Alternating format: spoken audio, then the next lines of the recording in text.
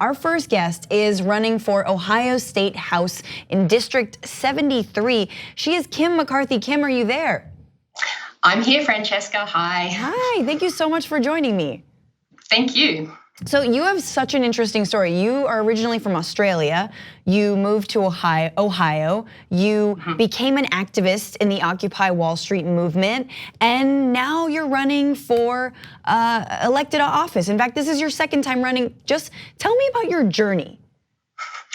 Yeah, well, I arrived here 25 years ago. I ended up marrying someone from a place called Xenia, Ohio.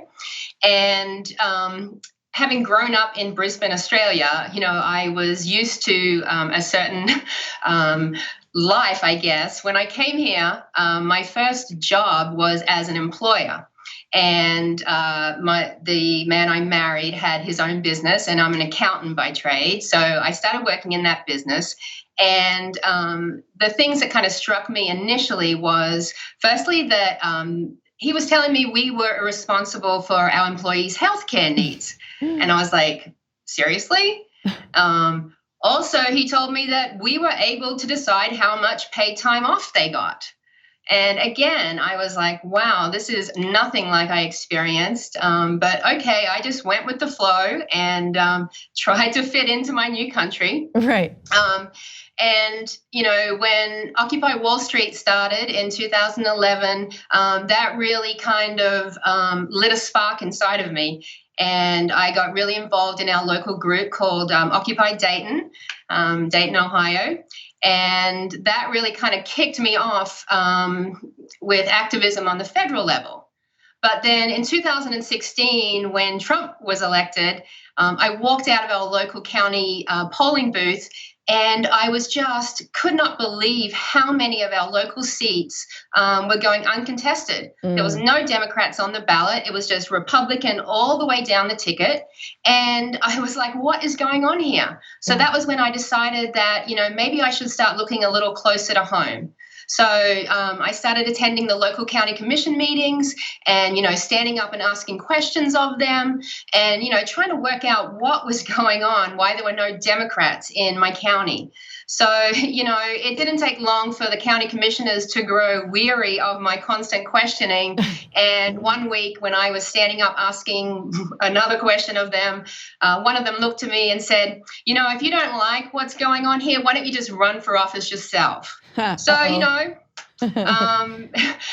I think that was a bit of a challenge. So I was like, you know what? I think I can probably do this. Exactly. I'm watching what you guys do, and I am not impressed. But let me ask, because you're an accountant, right? So you're an accountant by trade. You became an activist. You then started sort of looking at the books of your state legislature, and I'm assuming you found some very hellish gems in there. Tell me about that whole process of learning where the money in your state was and was not going.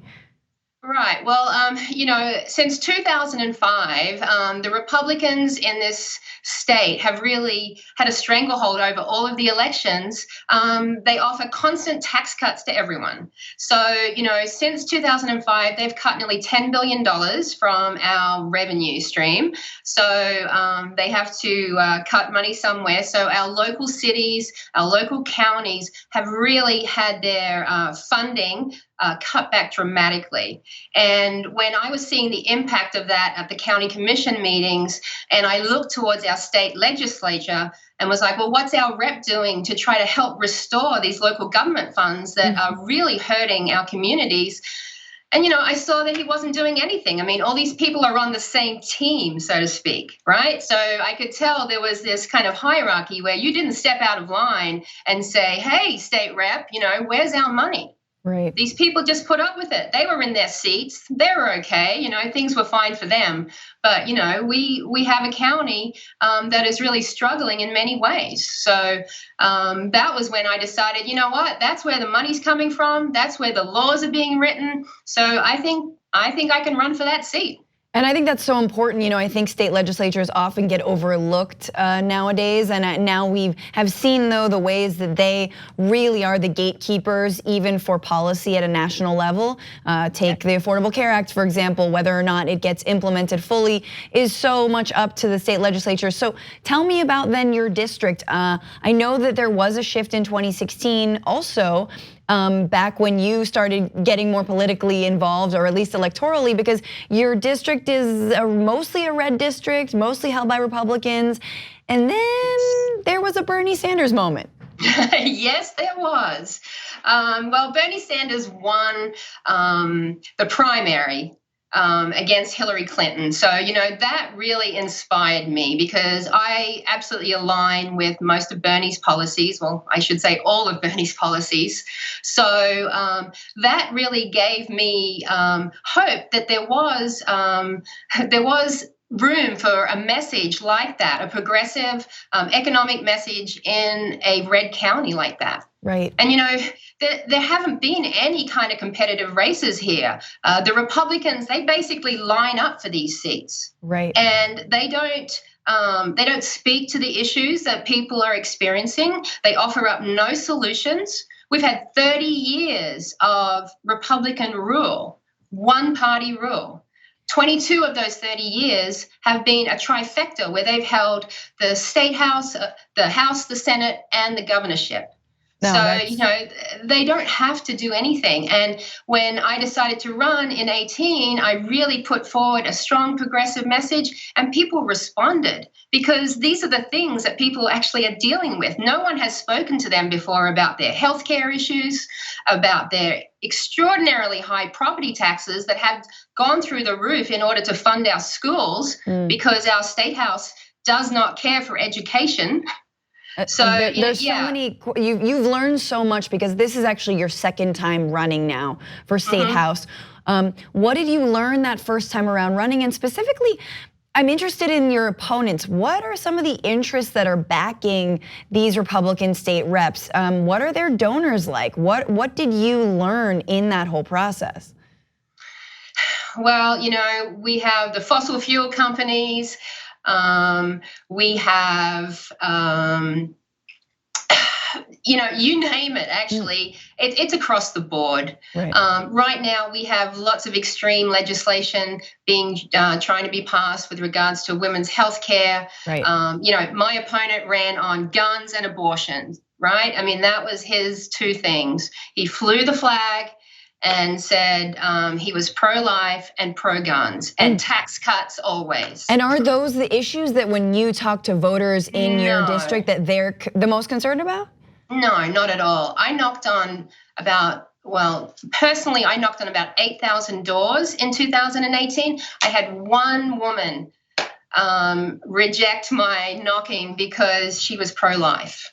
Wow. For the most part, everyone wanted to talk about healthcare costs, jobs that were not, low quality jobs with no benefits. It was, it's the same story that we see across the country, frankly. Yeah, and you actually tweeted about this, sort of in response to the State of the Union. I know that you're one of Ohio's representatives, Tim Ryan, right, who was also running for president, I believe one of the many, many.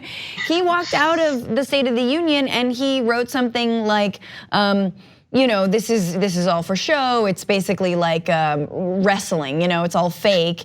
And he said, if the economy's so great, why are Ohioans working 2 to 3 jobs to make ends meet? And you sort of echoed that and said, many Ohioans are living on the edge thanks to part-time gig economy jobs, no safety nets, no paid leave, no retirement. Workers deserve a chance to live dignified lives.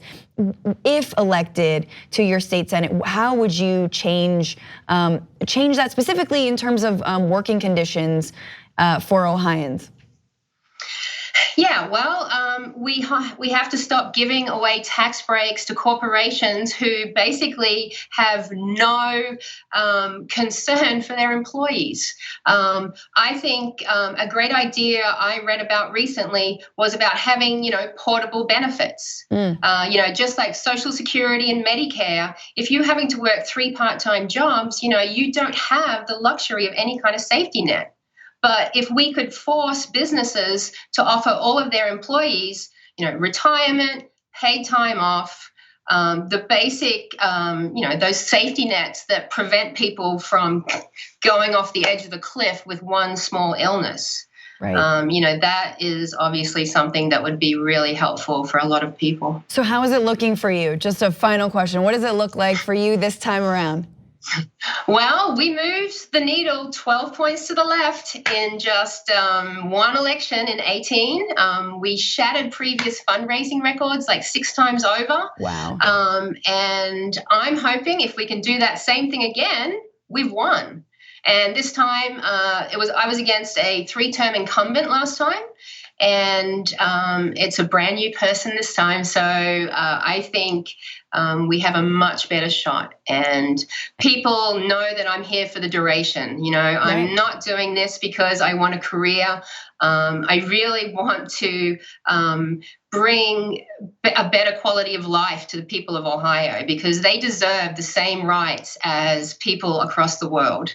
I feel like I always say to people, if you guys knew how good other countries have it, you would not put up with this. That's a great entry point. I would lead with being from Australia and then talking about all the benefits over there. Thank you so much, Kim McCarthy, running for Ohio State House, District 73. Find out about her campaign, Kim McCarthy, OhioOH.com.